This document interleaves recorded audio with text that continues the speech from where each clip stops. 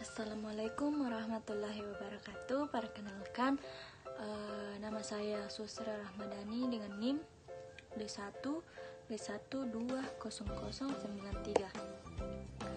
Prodi S1 Farmasi angkatan 2020 dari Universitas Megariske Makassar.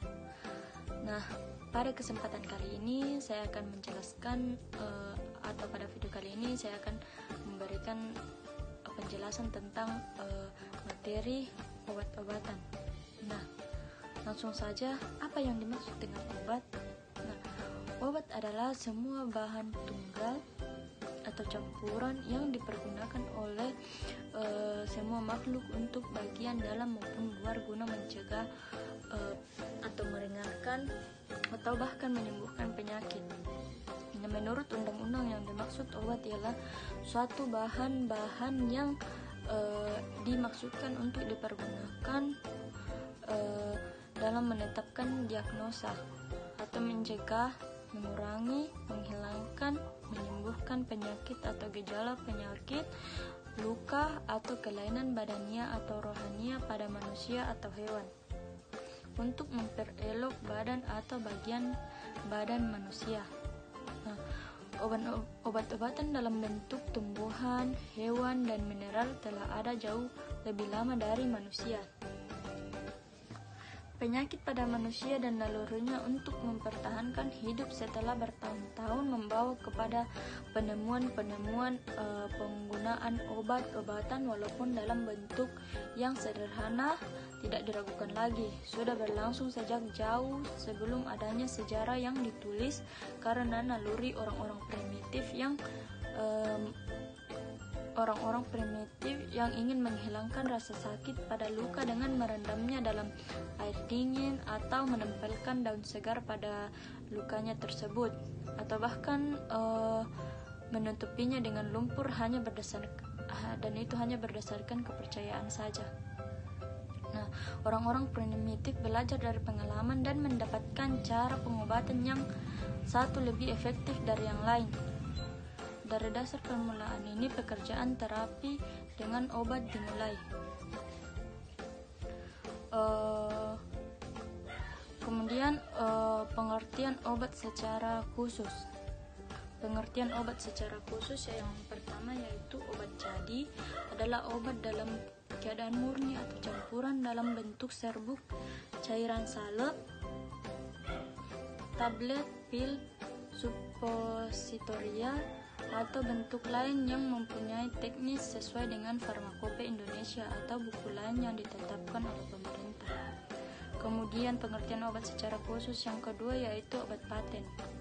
Obat paten adalah obat jadi dengan nama dagang yang terdaftar atas nama si pembuat yang dikuasakannya dan dijual dalam bungkus asli dari pabrik yang diproduksinya.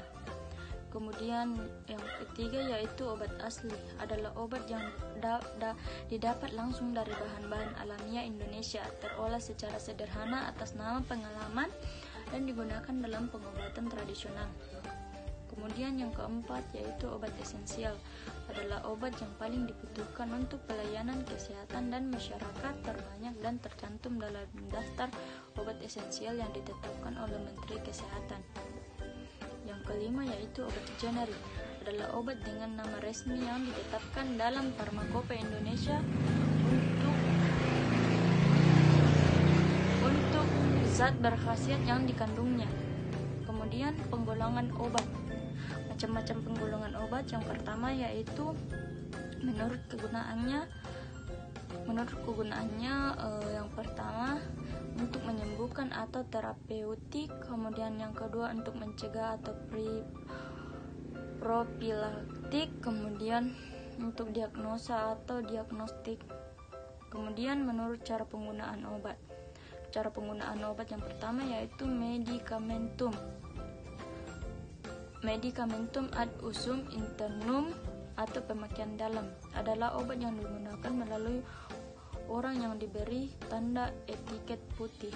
Kemudian medikamentum usnum externum atau pemakaian luar, adalah obat yang cara penggunaannya selain melalui oral dan diberi tanda estetik biru, contohnya implantasi, injeksi topikal, membran mukosal rektal vagina, membran mukosal rektal nasal optal aurikal glotik gargarisma. Kemudian yang ketiga, menurut cara kerjanya, yang pertama, lokal adalah obat yang bekerja pada jaringan setempat seperti obat-obat yang digunakan secara topikal, pemakaian topikal. Contohnya salep, linimenta, dan krim. Kemudian yang kedua, sistematis adalah obat yang didistribusikan ke seluruh tubuh, contohnya tablet, kapsul, obat minum, dan lain-lain. Kemudian yang keempat, menurut Undang-Undang Kesehatan, obat digolongkan yang pertama, obat narkotika atau obat bius merupakan obat yang diperlukan dalam bidang pengobatan dan ilmu pengetahuan dan dapat pula menimbulkan ketergantungan yang sangat merugikan apabila dipergunakan tanpa pembatasan dan pengawasan. Kemudian obat psikotropika atau obat berbahaya, obat yang mempengaruhi proses mental, merangsang atau menenangkan atau mengubah pikiran dan perasaan kelakuan orang. Kemudian obat keras adalah semua obat yang mempunyai takaran maksimum atau tercantum dalam daftar obat keras. Ciri-cirinya yaitu diberi tanda khusus lingkaran bulat berwarna merah dengan garis tepi berwarna hitam dengan huruf K yang menyentuh garis tepi. Kemudian obat baru, kecuali dinyatakan oleh Kementerian Kesehatan tidak membahayakan. Semua kesediaan parenteral. Kemudian obat bebas terbatas adalah obat keras yang dapat diserahkan tanpa resep dokter dengan menyerahkan dalam bungkus aslinya dan diberi tanda peringatan P1S_DP6. Obat bebas adalah obat yang dapat diberi secara bebas dan tidak membahayakan bagi si pemakai dan diberi tanda lingkaran hijau dengan garis tepi berwarna hitam. Nah, itulah penjelasan yang dapat saya sampaikan. Mohon maaf bila banyak kekurangan. Semoga bisa bermanfaat bagi yang menonton. Assalamualaikum warahmatullahi wabarakatuh.